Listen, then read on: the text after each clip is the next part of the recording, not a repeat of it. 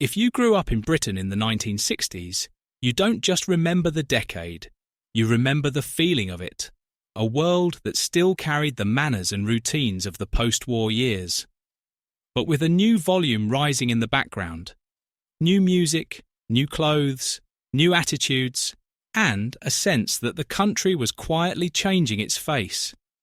And what makes the 1960s so unforgettable isn't only swinging London and famous bands, it's the everyday details that people carry for life.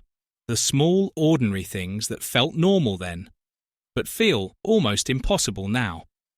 So in this video, we're going through 10 things that defined growing up in 1960s Britain.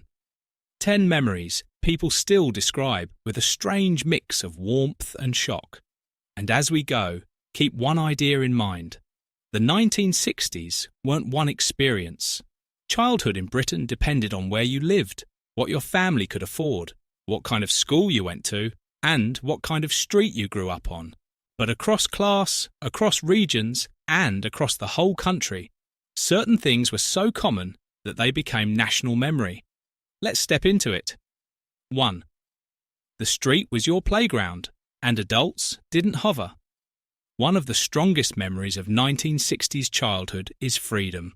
Not the freedom of money or choice, the freedom of space. Kids were outside, constantly. They played football in the road. They rode bikes with no helmets. They invented games with whatever was around. They walked to friends' houses without texting, without tracking, without asking permission every 10 minutes. And the adult supervision most kids have today? It wasn't the same. Parents weren't ignoring children. Life just worked differently. Communities were more local. Neighbours knew each other, streets felt like shared territory, and entertainment didn't live inside a screen, so childhood spilled outdoors by default. That freedom created adventure, confidence, and social skills. It also created danger, but the feeling people remember most is this: you belonged to the street. 2. School was strict, and discipline was part of the culture. If you went to school in the 1960s, you remember structure. Uniforms, assemblies, rules that didn't feel negotiable.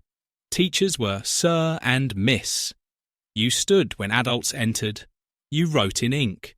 You were expected to behave, not express yourself. And discipline could be harsh. Detentions, lines, public telling off. And in many schools, corporal punishment was still legal and used. Even if you never experienced it, you often knew it existed. You heard about it, you feared it, and that fear shaped behaviour.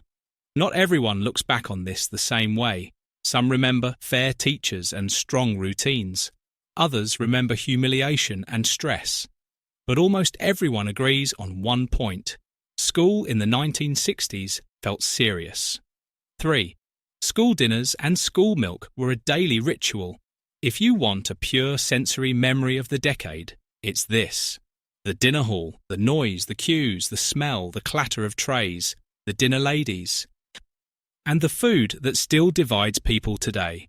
Meat and 2 veg, mashed potatoes, gravy, cabbage, fish day, and puddings with custard that felt like the best part of the day. School dinners weren't choose what you want. They were structured meals. And then there was school milk, small bottles, often left out, sometimes warm, sometimes not pleasant, but part of the routine. To modern viewers, it can feel bizarre that millions of children drank milk at school every day. But it shows what the era believed. Child nutrition was a national issue. 4. Tea wasn't just a drink, it was the rhythm of home. In the 1960s, tea wasn't simply caffeine, it was structure. A cup of tea marked time, it marked comfort, it marked you've arrived, it marked sit down. For adults, it was how you reset the day. For kids, it was often the smell of home, kitchen warmth, clinking cups, biscuits brought out for guests. And food around tea had rules too. Biscuits weren't just endless snacking, they were offered, shared, timed. That sounds small, but it shaped habits. It created boundaries around eating that are weaker today. 5. The TV was the event. Because there weren't endless choices today, entertainment is constant. In the 1960s, television was a shared moment. You didn't watch whatever you wanted, whenever you wanted. There were limited channels, shows had specific times, and the family often watched together. That meant TV became part of routine. Certain programs felt like national appointments. Kids talked about them at school the next day. Families arranged evenings around them. And when TV ended for the night, that was it. The screen didn't follow you into bed. Which meant boredom existed, and boredom pushed you into other things. Playing, reading comics, going outside, talking. 6. The corner shop and the local world felt bigger than the supermarket. In many areas, childhood in the 1960s was local in a way that feels almost lost now. The corner shop wasn't just where you bought things, it was a social space. You'd go with a few coins, you'd buy sweets in small amounts. You'd know the person behind the counter, they might know your parents. And because shopping was more local, treats were often smaller and less constant. You didn't have endless aisles of snacks at arm's reach.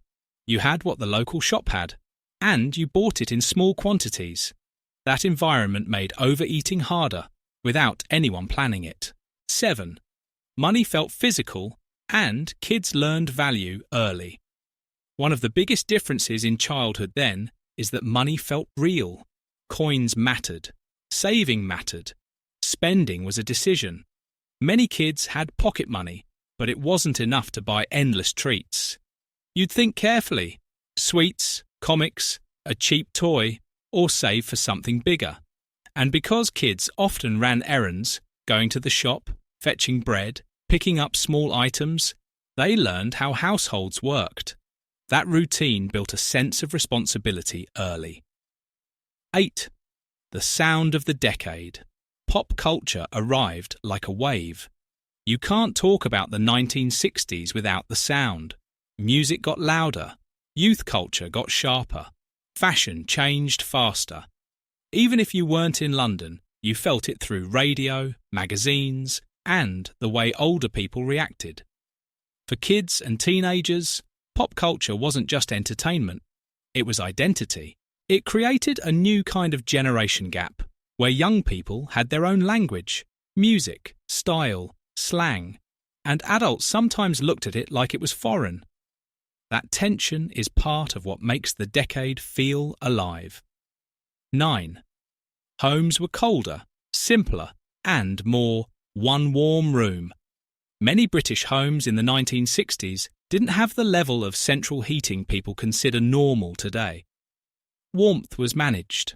Fireplaces, coal, gas heaters, hot water bottles, thick blankets. In many households, there was a concept that shaped winter evenings. One warm room. The family would gather where the heat was. Other rooms could be cold. Bedrooms could feel icy. And kids remember it. The shock of cold sheets. The ritual of warming the bed. The way winter felt inside the house, not just outside.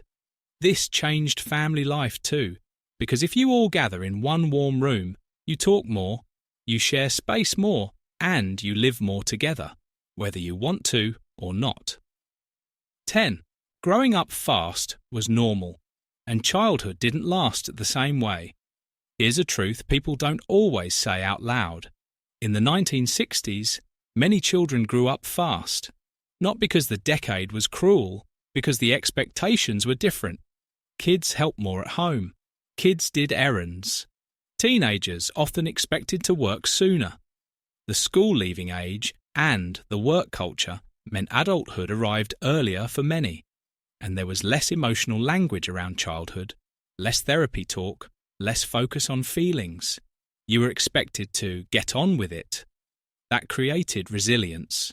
It also created silence. And when adults look back now, they often feel both things at once: pride that they handled it, and sadness that they had to. So what's the real reason the 1960s stick in people's minds? Because it was a bridge between post-war Britain, order, routine, respect, limits, and modern Britain. Choice, speed, convenience, individuality. Growing up in the 1960s meant you still lived in a world where community and routine shaped you every day. But you could also feel the future arriving through music, television, fashion, and changing attitudes. That mix created something unforgettable. Not a perfect childhood, not a fair childhood for everyone, not a decade without problems, but a decade full of details that got burned into memory. The kind of details you don't forget because they were historic. You forget them because they were normal. And that's why, even today, a single smell, chalk dust, custard, a coal fire, a fresh comic book, the first notes of a song on the radio can pull someone straight back to 1960s Britain in 1 second. Because you don't just remember the decade, you remember the life inside it.